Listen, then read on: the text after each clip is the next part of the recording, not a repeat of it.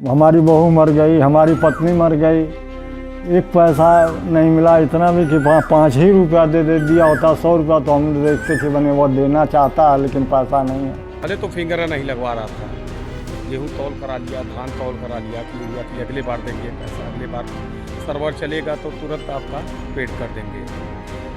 2 बार 3 बार कम से कम 20-30 बार गए फिंगर लगवाने के लिए, तो फिंगर नहीं लगवा। अधिकारियों के पास आप दौड़ रहे हैं तो जाइए अधिकारियों से ले लीजिएगा पैसा, हम पैसा नहीं देंगे। जब फिंगर का टाइम आया तो कहे लोग कि तुम्हारा कागज़ गलत हो गया है, नहीं हुआ। तो हम कागज़ अब उस टाइम में कहाँ कागज़ बनवाने जाएँ। कागज़ हमारा 15 दिन यहाँ धरे थे, उसके बाद क्या है कि तुम्हारा कागज़ ये नहीं है, वो दूसरा लाइए। भाई इतना में खेला खत्म हो गया। लाने के बाद रामानंद चौधरी भी हैं, वो मतलब अपना कॉपी में सब नोट किए हैं। उस पर बोलेंगे ठीक है तो आप गाँव पैसा मिल जाएगा।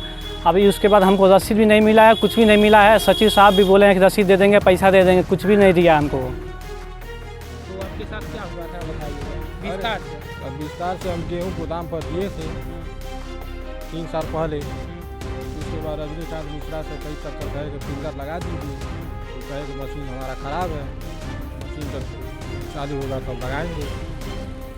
गेहूँ तौल करने के 1.5 महीने के बाद फिंगर लगा, और फिंगर लगने के बाद कहीं मतलब खाता में पैसा आ जाएगा, तो कहीं मतलब 1 हफ्ते में पैसा आ जाएगा। अब 1 हफ्ते के बदले मतलब 4-5 महीना हो गया, पैसा नहीं आया है। इस वीडियो में मैं सीधे महाराजगंज के डीएम से सवाल करना चाहूँगा कि अगर आपकी सैलरी 1 महीने के लिए रोक दिया जाए तो कैसा लगेगा। चलिए समय बढ़ाते हैं, 1 महीने, 2 महीने, 3 महीने, 4 महीने, 5 महीने, अगर 6 महीने तक आपकी सैलरी आपको न मिले, 6 महीने लगातार ड्यूटी करने के बाद आपकी सैलरी 6 महीने के लिए रोक दिया जाए और वो सैलरी 2-3 सालों तक अगर आपको न मिले तो आपको कैसा लगेगा। मैं एक सवाल सहकारिता विभाग के अधिकारी से भी करना चाहूँगा कि ये जो आप एक बार बता दीजिए कि ये जो रजनीकांत मिश्रा सचिव बेलभरिया का प्रकरण है, इस मामले को कितने में सेटल किया गया है। 1 लाख रुपये, 2 लाख रुपये, 3 लाख, या जितना सचिव कह रहा है कि 6 लाख रुपए में मामला सेटल हो गया। कितने में सेटल किया गया है आप जनता को बताइए, क्योंकि सवाल जब मामला है तो सवाल तो पूछे जाएंगे ही। देखिए मैं मामले को आपको विस्तार से समझाता हूँ। ये प्रकरण है बेलभरिया सहकारी समिति का। किसान 6 महीने मेहनत करते हैं, खून पसीना एक करते हैं कि उनका फसल जब तैयार होगा, फसल काटेंगे, बेचेंगे, पैसा मिलेगा तो अपने परिवार का भरण पोषण करेंगे।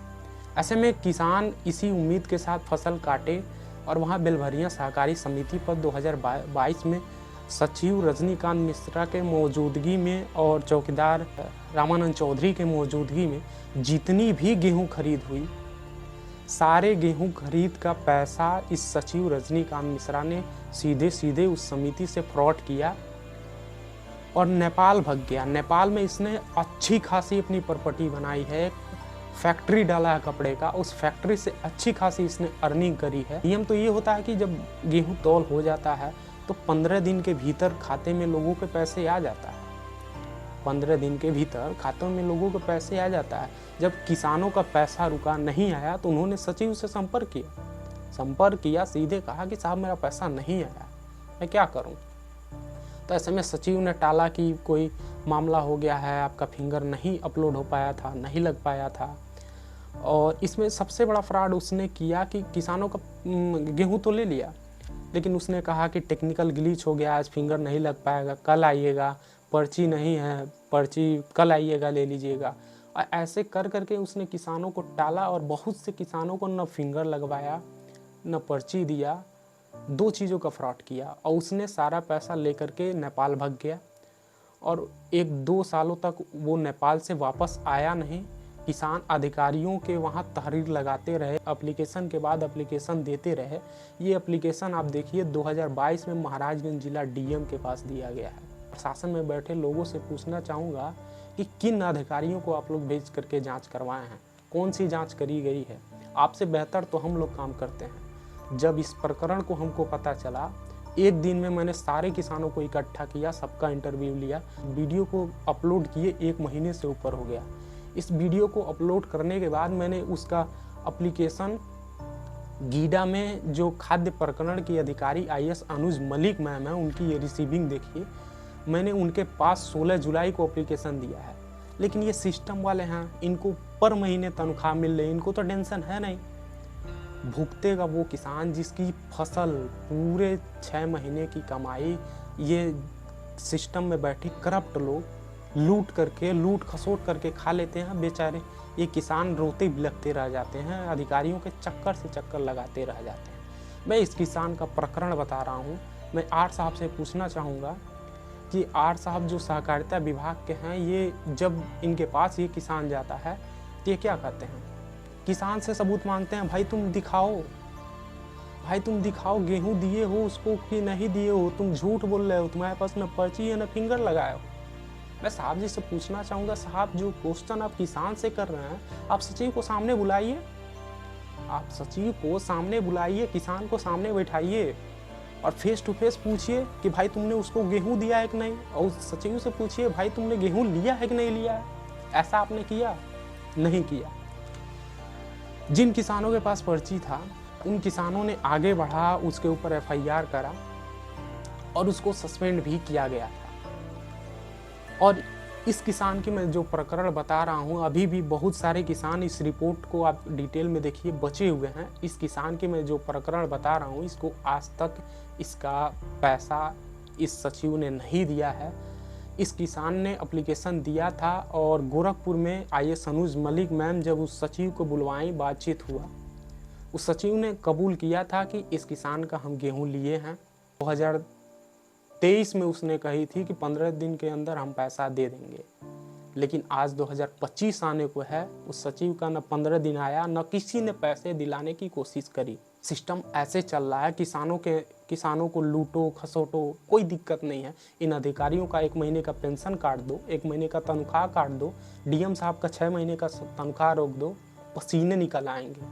इन किसानों का 6 महीने का पैसा गया है साहब, 2022 का पैसा है। आप लोगों को समझ में नहीं आएगा किसानों का दर्द। खेती करना आप लोग नहीं जानते हैं, खेत में जब जाएंगे खेती करेंगे तब समझ में आएगा। मैं DM साहब से ये भी पूछना चाहूँगा, ये भी सवाल है कि इस अधिकारी को जिसने सरकारी क्रय केंद्र से किसानों का पैसा फ्रॉड किया है, इसके ऊपर आप लोगों ने लीगल एक्शन क्या लिया? क्या उस सचिव की गिरफ्तारी हुई? जस्ट सस्पेंड कर देना और ऐसे लूट साबित होता है। उसने जिन किसानों का पर्ची मिला था उनके खाते में तो पैसा उसने भेजा नहीं, बाई हैंड उन किसानों को सेटलमेंट किया। अभी जिनकी पर्ची नहीं उनका तो पैसा नहीं दिया, ना फिंगर लगा ना पर्ची है, उनका पैसा नहीं दिया, उसका तो कोई माई बाप नहीं है। जिन किसानों के पास पर्ची था उनका तो पैसा दिया, लेकिन अहम सवाल ये है कि उन किसानों का पैसा सरकार के खाते से किसानों के खाते में क्यों नहीं गया? क्यों उसको बाई हैंड सेटलमेंट करवा करके इस सचिव को दोबारा नौकरी देने की कोशिश करी गई? सवाल तो ये है ना कि किसान जब गेहूं दिया है तो पैसा उसके खाते में जाना चाहिए। तो आप लोगों ने क्यों सेटलमेंट करवा करके बाई हैंड दिलवाया?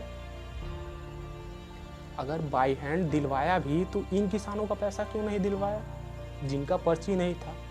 उन किसानों को भी आप जिम्मेदार अधिकारी होते तो बुलाते, सामने सचिव को भी बुलाते और आमने सामने बात होती, इन किसानों की भी राय ली जाती, उससे पूछा जाता भाई तुमने गेहूं लिया है कि नहीं। आप लोगों ने ऐसा नहीं किया और उसको दोबारा ज्वाइनिंग करा दी। इसका मतलब जो वो कह रहा है मैं 6 लाख रुपए दे करके दोबारा नौकरी पाया हूँ, आप लोगों ने 6 लाख रुपए की उससे रिश्वत ली है। मैं यही मान लूँ ना, जब आप किसानों से नहीं पूछे बुला करके कि तुम्हारा पैसा दिया है कि नहीं दिया है, मैं यही मान लूँ कि आप लोगों ने 6 लाख ले करके इसको दोबारा नियुक्ति करी है। मैं अब आप सबूत चिल्ला रहे हैं ना आर साहब, सहकारिता विभाग के सबूत लाओ, कौन सा सबूत है तुम्हारे पास गेहूं दे रहे हो? मैं ये आपके पास कुछ व्हाट्सअप की चैटिंग है पेश करता हूँ, ये देखिए सबूत के रूप में। ये देखिए, ये वीडियो रिकॉर्डिंग्स है, 2 वीडियो रिकॉर्डिंग्स है अलग अलग सेक्शन में। ये देखिए कि ये किसान किस तरीके से उस सचिव के घर जा करके अपने पैसे की डिमांड कर रहा है। ये जो सामने आप देख रहे हैं ना, बातचीत कर रहे हैं, ये उस सचिव का भाई है।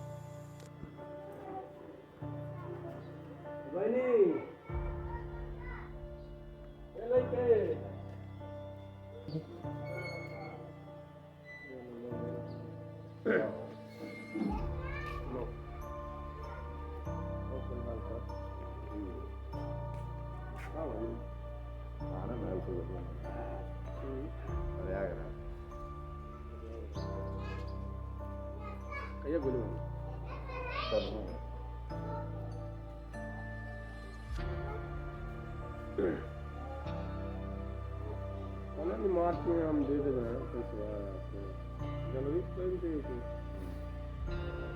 यहाँ जैसे फिंगर लो ना पूरा तो इसमें नाम तो मैं ठीक है, अब फिंगर वाला महीना पूरा किया आदि का लाया बढ़िया लाया नहीं तो पता नहीं दे देंगे वाले हम जैसे दिनों दो रंग लगा जनवरी में कहीं दिखा हुआ था महीना है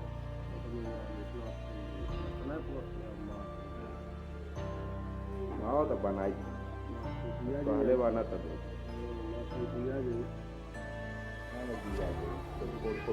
दिया ही वो दिया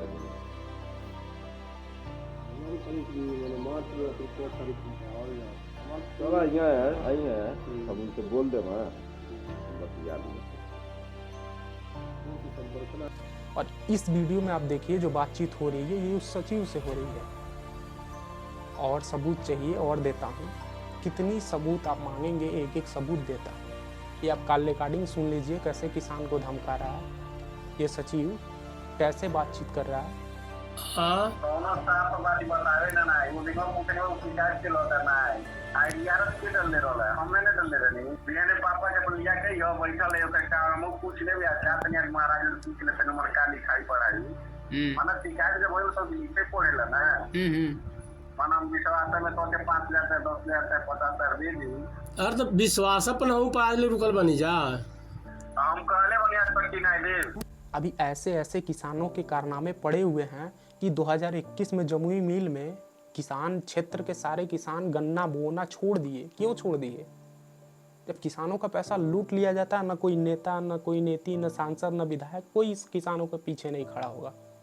किसान है भाई, इनका पैसा लूट लो, हर तरीके से तो लूट ही रहे हैं, ऐसे भी लूट लो। किसान है बेचारे, जाएंगे कहाँ? हाथ पैर पटक के हमारे पास ही आएंगे। अब मैं तो रिश्वत लेके सेटलमेंट करता ही करके बैठ जाऊंगा डकार के, एप्लीकेशन देंगे डस्टबिन में डाल दूंगा। साहब 16 जुलाई को मैं IAS अनुज मलिक मैम के पास गीडा में जा कर के एप्लीकेशन दे के आया हूँ। और 16 जुलाई के बाद उस सचिव के ऊपर क्या एक्शन हुआ? एटलीस्ट उसको बुलाया गया, पूछा गया कि तुमने किसानों का पैसा क्यों नहीं दिया? कुछ नहीं किया गया। एप्लीकेशन दो, डस्टबिन में डाल देते हैं। आर साहब के पास जाओ, उल्टा किसानों से सबूत मांगते हैं। उस सचिव को नहीं बुलाते हैं, आमने सामने बुला के बिठा लीजिए। भाई आप सच बोल रहे हैं तो उस किसान को, उस सचिव को आमने सामने बुला के अपने पास बिठाइए, पूछिए तुमने गेहूं लिया है कि नहीं लिया है। लेकिन साहब ऐसा नहीं कर सकते, इनको तो टेबल के नीचे से पैसा चाहिए। सचिव ने मोटा पैसा दे दिया, उसकी दोबारा नियुक्ति कर दी गई। मैं बेलभरिया, बगही, सेमरी, जगन्नाथपुर, सुगौली, चनकौली, आगया, चुइटहा इन गाँवों पे गया था और किसानों से बातचीत करी थी। पूरी इंटरव्यू 30 मिनट की चैनल पे पड़ी हुई है, आप देख सकते हैं। आप ये जो रिटायर्ड टीचर हैं, मास्टर हैं, इनकी बातों को एक बार सुनिए, आपके हृदय पे कौन सा इफेक्ट पड़ेगा, कौन सा प्रभाव पड़ेगा। आप इनकी बातों को एक बार सुन लीजिए, इनके दर्द को सुन लीजिए कि कैसे अपने दर्द को बयां कर रहे हैं। देखिए, लीगल टर्म में मैं बताता हूँ कि इस क्षेत्र में क्या एक्शन होना चाहिए था और क्या हुआ है। मैं सीधे सीधे आपको पढ़ के सुना रहा हूँ। अगर गेहूं खरीद केंद्र सहकारी समिति का सचिव किसानों का गेहूं का पैसा फ्रॉड करता है तो इस केस में लॉ क्या कहता है, ये चीज़ें मैं आपको बता रहा हूँ। देखिए, यहाँ पर हमारे पास 3 सवाल हैं। नियम के अनुसार किसानों का पैसा उनके खाते में आना चाहिए, क्यों नहीं आया? क्या कुछ किसानों का 3 साल बाद पैसा बाय हैंड रीपेमेंट कर देने से क्रिमिनल लायबिलिटी से बच सकता है? क्या वो दोबारा जॉब पाने के लायक है?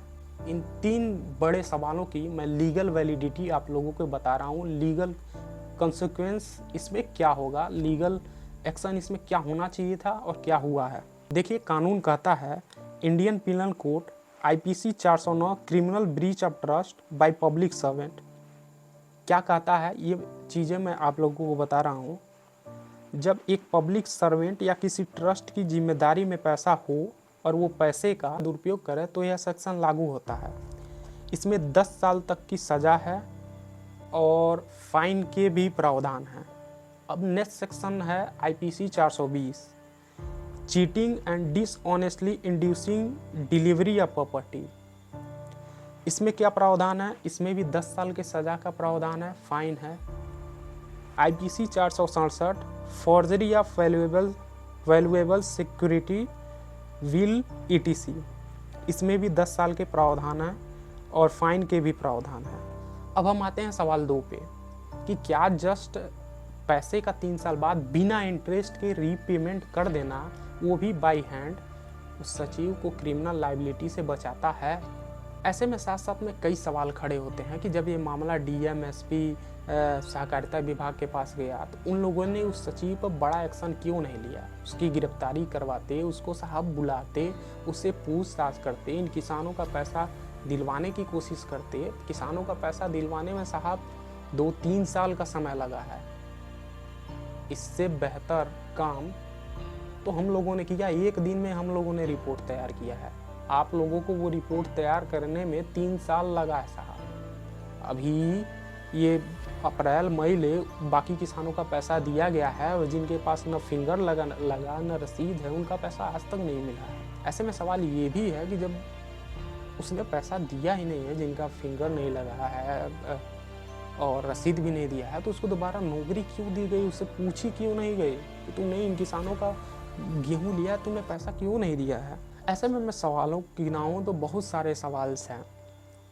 लास्ट में मैं आपको सवाल की एक झड़ी सुनाना चाहूँगा। जैसे कि आप मान लीजिए कि अगर वो सचिव सही है, उसने फ्रॉड नहीं किया है, तो वो 3 साल बाद किसानों का पैसा बाई हैंड क्यों दिया?